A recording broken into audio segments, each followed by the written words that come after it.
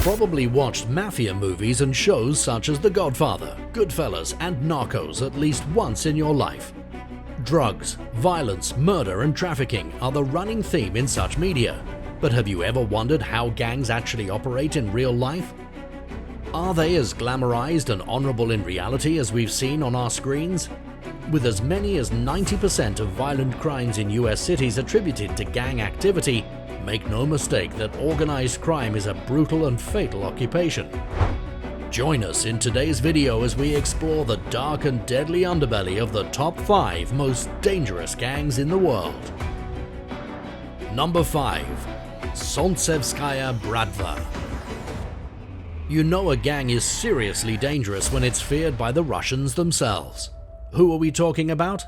The one and only Solntsevskaya Bratva. If you've watched the hit TV series Arrow, then you must have some idea about this Russian organized crime syndicate. Named for the Solntsevo district in Moscow, the Solntsevskaya Bratva was founded in the 1980s by Sergei Mikhailov, a former waiter who had served a prison term for fraud. Obviously a giveaway sign that the guy had no qualms about dipping his toes into crime. The Solntsevskaya Bratva is infamous for being one of the biggest crime gangs in the world, and for a good reason. According to a survey in 2008 as reported by Daily Record, it's one of the worst gangs in the world, with criminal activities including, but not limited to, extortion, drug trafficking, car theft, stolen art, money laundering, contract killings, arms dealing, trading nuclear material, prostitution, and oil deals. Not a great track record even for hardened criminals such as the Bratva. Anyway, the gang slowly and steadily rose in power after the fall of the Soviet Union, causing crime to flourish like a plague in Moscow. It started as a ragtag gang that recruited the local unemployed, violent young men as foot soldiers. The Bratva also made good use of thief-in-law Jemal Kachidze to bolster their fearsome reputation amongst established criminals. During the 90s, Solntsevskaya Bratva crept into the banking sector, which enabled them to both launder money more efficiently and also cozy up to the new class of Russian oligarchs. According to a 2010 WikiLeaks scandal, the fearsome gang continues racketeering operations under the strong protection of Russia's intelligence agency, the FSB. Currently, Solntsevskaya Bratva is raking in billions of dollars, courtesy of their involvement in multiple profitable ventures. No surprise there, considering they're pretty well connected to some of the country's wealthiest oligarchs. Number 4. Aryan Brotherhood. Imagine the vilest, racist, and most extremist group of people, and you'll get the Aryan Brotherhood. As the name implies, this gang is filled to the brim with white neo-Nazis, whose bigoted belief basically means that they only accept white members. Talk about blatant racism.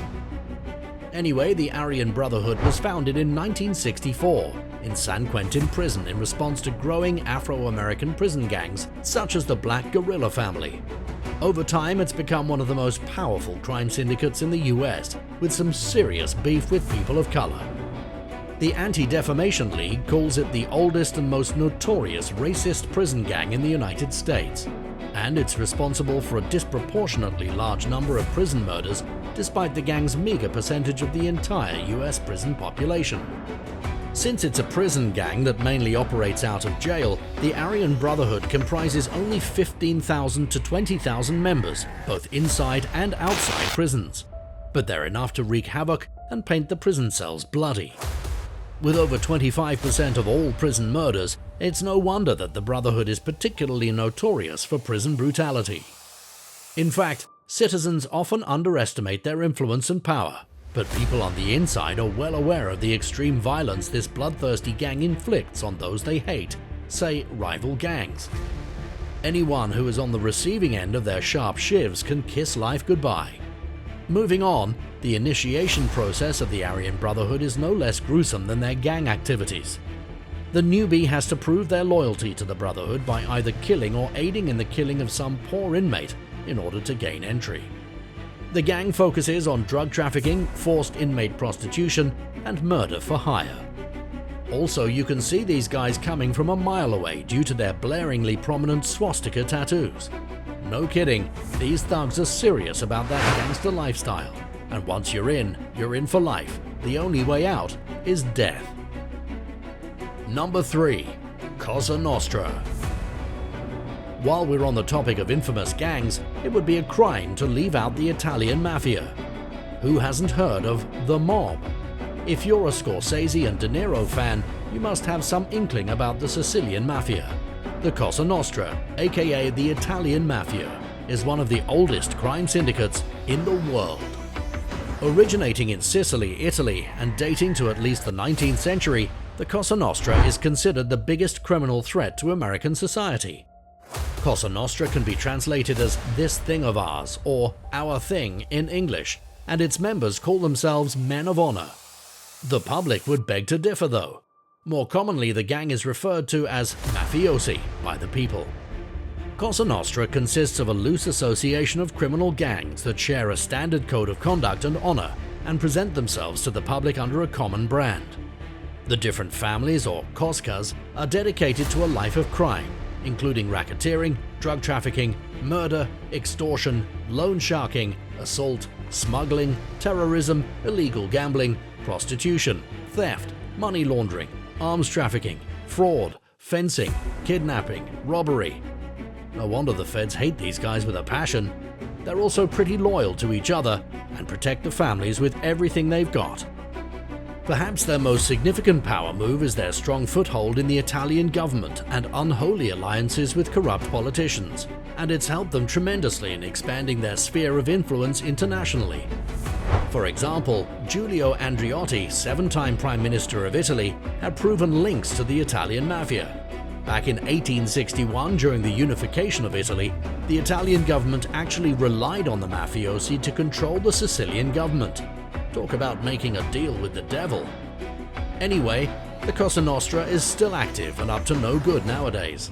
The gang includes several prominent families, including the Genovese, Bonanno, Gambino, Colombo, and Lucchese clans. While the alliances still hold true, some families are at war with each other. Currently, the Cosa Nostra retain around 25,000 members and 250,000 associates worldwide. Number 2. Yakuza. We've talked about the Italians and Russians, so why not move one country over? Let's look at a very different gang. The Yakuza is a 100-year-old transnational organized crime syndicate originating in Japan, with hundreds of thousands of members worldwide. The gang's influence stretches from Japan to South Korea to the United States. Interestingly, the Yakuza are still regarded as one of the most sophisticated and wealthiest criminal organizations.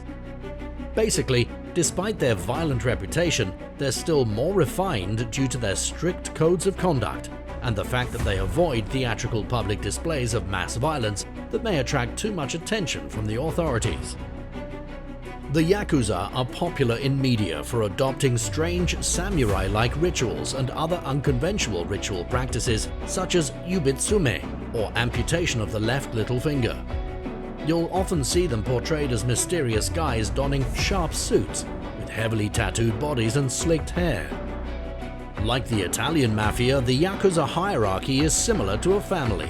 A leader known as the Oyabun, aka boss, overlooks his followers known as Kobun. The rigid hierarchy and discipline of the gang are reminiscent of a right-wing, ultra-nationalistic ideology. Moving on to their less than legal activities, the gang is involved in extortion, blackmail, smuggling, prostitution, drug trafficking, gambling, loan sharking, day labor contracting, and other rackets. It controls many restaurants, bars, trucking companies, talent agencies, taxi fleets, factories, and dabbles in some other sinister stuff that's better kept under wraps. Moreover, they're also heavily involved in the Japanese government, supporting and financing several candidates and parties they want to see in power. It's true, money can buy you anything. And let's just say that the Yakuza is filthy rich. As one of the wealthiest gangs in the world, they have estimated revenues of over $10 billion per year. Interestingly, the Yakuza also style themselves as a chivalrous organization, despite their questionable deeds. They try to project a softer image, showing them as noble in Japan. For example, the gang's been known to perform charitable acts, such as donating and delivering supplies to earthquake victims during the Kobe earthquake of 1995 and the earthquake and tsunami of 2011. Who said criminals don't have a heart? However, that doesn't mean it's okay to cross their path. The wealth and power they wield make them incredibly dangerous to anyone who dares to oppose them in any manner.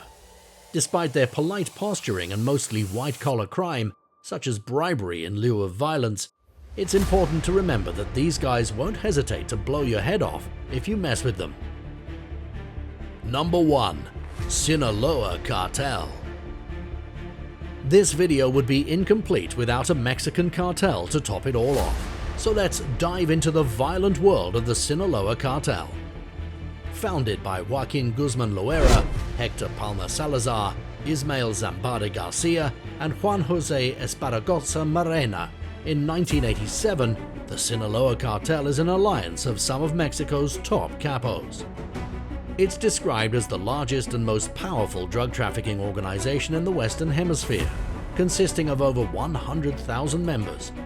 The cartel is often in the news for the deadly turf wars it's constantly mired in. The Mexican gang is involved in all sorts of nefarious activities, such as drug trafficking, fentanyl manufacturing, money laundering, weapons trafficking, people smuggling, murder, kidnapping, and bribery.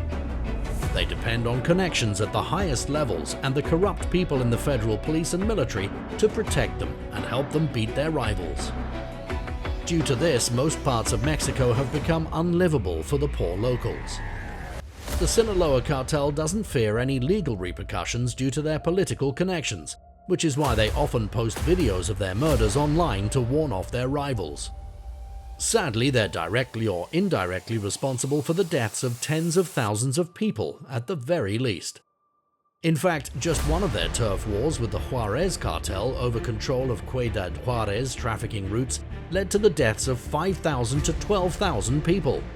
And here's the thing.